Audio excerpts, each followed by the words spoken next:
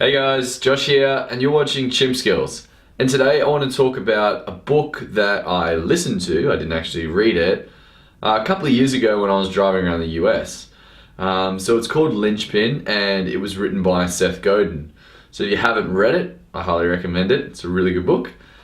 So some of the key things that I just wanted to share today around that book that I found to be really sort of interesting were the way he describes, I guess, the way that we work in this current environment. Since the Industrial Revolution, since we started doing particular way of like programming with schools and stuff like that for the last 150 years, essentially everyone is being, I guess, molded in a specific way so we can be a smaller cog in a larger machine. And idealistically, we want people to fit in because things flow quite nicely there. So the same goes in the workplace, and that's where he really gets into things. In that, in a company, it's fantastic if everyone sort of has their job, they're that small cog in that bigger machine. Now, that's all good and well, but if you're working for a company or something like that, you can be quite, replaceable. Whereas there might be multiple people who are able to do exactly what you're able to do, so it doesn't guarantee you a lot of safety. And if we think about going outside of that grain and not fitting in, that also elicits a lot of fear from our lizard brain, because naturally we want to fit in and blend in with others and not really be noticed. And our lizard brain, or our primitive brain, has been there since the beginning, and it's the one that sort of tells us, I'm not really sure. It's very fear adverse. So anytime there's a situation where there could be a slight amount of fear, it's going to that survival sort of mechanism. But in this modern day, if you're working in a company or if you're working for a small business or something like that, ideally you want to be a linchpin where you have a particular skill set that others do not possess. So I'll give you an example. I always think about in my workplace, I'm not very good when it comes to things like Excel spreadsheets and those sort of analytics, those finer details. However, there are a lot of people who are able to do those skills. So there's not really a great need for me to really be pursuing that and really trying to master it.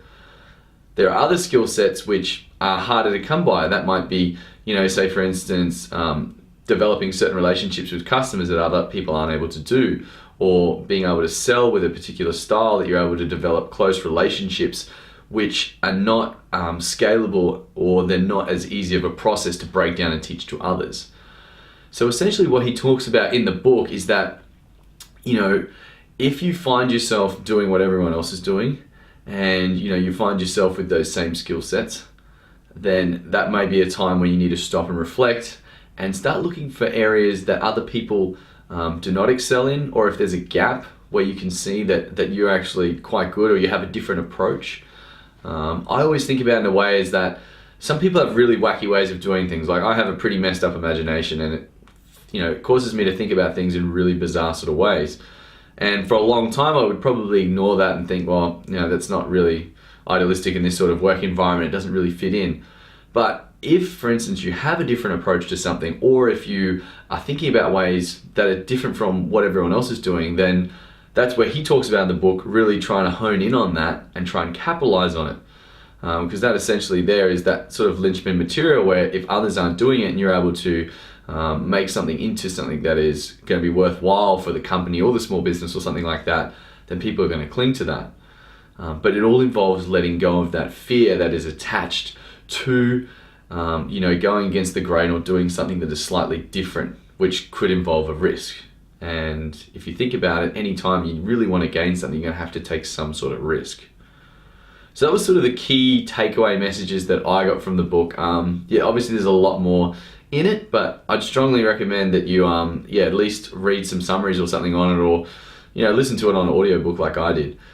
He also talked about 7 qualities of a linchpin, and I'll just go through them really quickly. So number 1 was to create a unique interface between the customer and the organization, which other staff members aren't able to do. So that unique sort of relationship building, and having that customer interaction that others aren't able to achieve. A special kind of creativity to situations where co-workers can't create that. So like I mentioned, if you've got something that you think about in a particular way, or if you've developed a system that's completely different from what your company is currently doing and it's a winner, then those sort of qualities are going to be sought after. And that brings up another point as well, is that naturally, we want to fit in, because if we don't fit in, then we may be sort of, chopped off, or we may be in the work environment, say for instance, offloaded or fired or something like that. But if you have some of these qualities, these linchpin qualities, and you're able to do things that others aren't able to do, then obviously that's going to make you more valuable to the company. And one of the things that I really got out of this book was that it really teaches you to look for those qualities within yourself. And once you start finding those and you realize things that you do differently to others, and you maximize on those, it gives you a lot of confidence, especially when you say, for instance, going to ask for more money, or it helps let go a lot of fear of losing your job and things like that, because you are able to identify those skill sets. And if, for instance, you will lose your job, you would know how to communicate that to a future employer, or how to leverage that to get yourself a job. So yeah, that was another little cool thing. Number 3 is manage projects of great capacity. So you think about the people who are able to take on the massive meetings, or conferences and stuff like that. They're able to process a lot of information without getting too stressed. Those people, obviously, linchpin qualities. Lead customers and establish a tribe and take them on a journey. So there's influencers who are able to sway customers and obviously then draw a crowd. And then if you look at it within the organization, so people who are able to inspire staff. That's number 5. So he talks about people who are able to draw other staff and get them to follow them. It's almost never the CEO. But you probably have worked with someone like this in your company, where when that person makes a particular decision, that sways a majority of the group, and you'll find that people will gravitate towards what that person is doing. Number 6 is a deep domain of knowledge. So kind of like the uber geek, the person that knows every little in and out of your product, your organization, or anything like that.